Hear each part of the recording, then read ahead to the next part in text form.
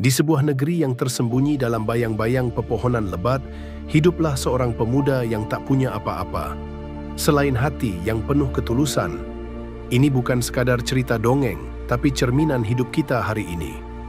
Selamat datang di cerita Menara Nusantara, kisah si miskin dan burung Garuda.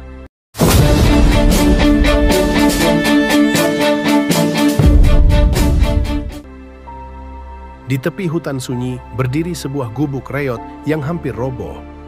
Di dalamnya tinggal seorang pemuda yang dikenal sebagai si miskin.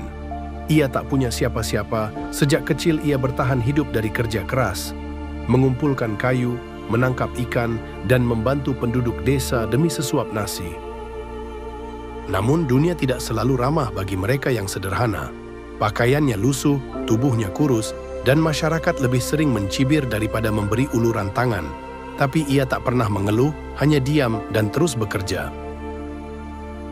Suatu hari, di tengah pencarian kayu, ia mendengar suara gaduh dari atas pepohonan. Saat menengadah, matanya membelalak melihat seekor burung Garuda raksasa terjerat jaring besar, menggelepar dan kesakitan. Dengan pisau kecil, ia memanjat pohon dan mengerat jaring. Meski tangannya terluka, ia terus berjuang. Tak peduli dirinya lemah, ia tahu bahwa makhluk agung itu butuh pertolongannya.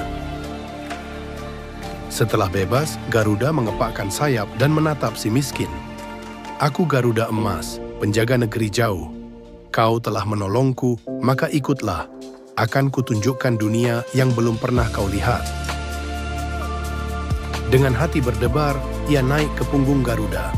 Mereka terbang menembus awan, melewati gunung menjulang dan samudera luas, hingga tiba di sebuah pulau bercahaya keemasan, Pulau Emas. Di sana, emas dan permata berserakan, istana megah berdiri di tengah alam penuh keajaiban. Tapi Garuda memperingatkan, "Ambillah secukupnya, jangan serakah." Si miskin pun mengambil sekadarnya, lalu pulang. Dengan emas itu, ia memperbaiki rumah, membeli pakaian layak, dan membantu orang miskin lainnya. Desa pun berubah, si miskin bukan lagi sosok yang diremehkan, melainkan dihormati karena kebaikannya. Namun di balik itu ada Gantar, saudagar kaya yang serakah. Ia menipu si miskin demi tahu rahasia Pulau Emas, lalu ia pun menjerat Garuda, memaksanya membawanya ke sana, dan rakus mengambil segalanya. Ketika pulang, Garuda hanya diam. Lalu ia mengepakkan sayap dan menjatuhkan Gantar ke lautan. Tubuh yang dipenuhi emas tenggelam tak pernah kembali, sedangkan si miskin hidup damai, dengan hati yang ringan dan langit yang selalu dijaga oleh burung Garuda dari kejauhan. Bagaimana menurut kalian, teman-teman? Apakah kebaikan dan kesederhanaan masih punya tempat di dunia kita hari ini? Tulis pendapatmu di kolom komentar.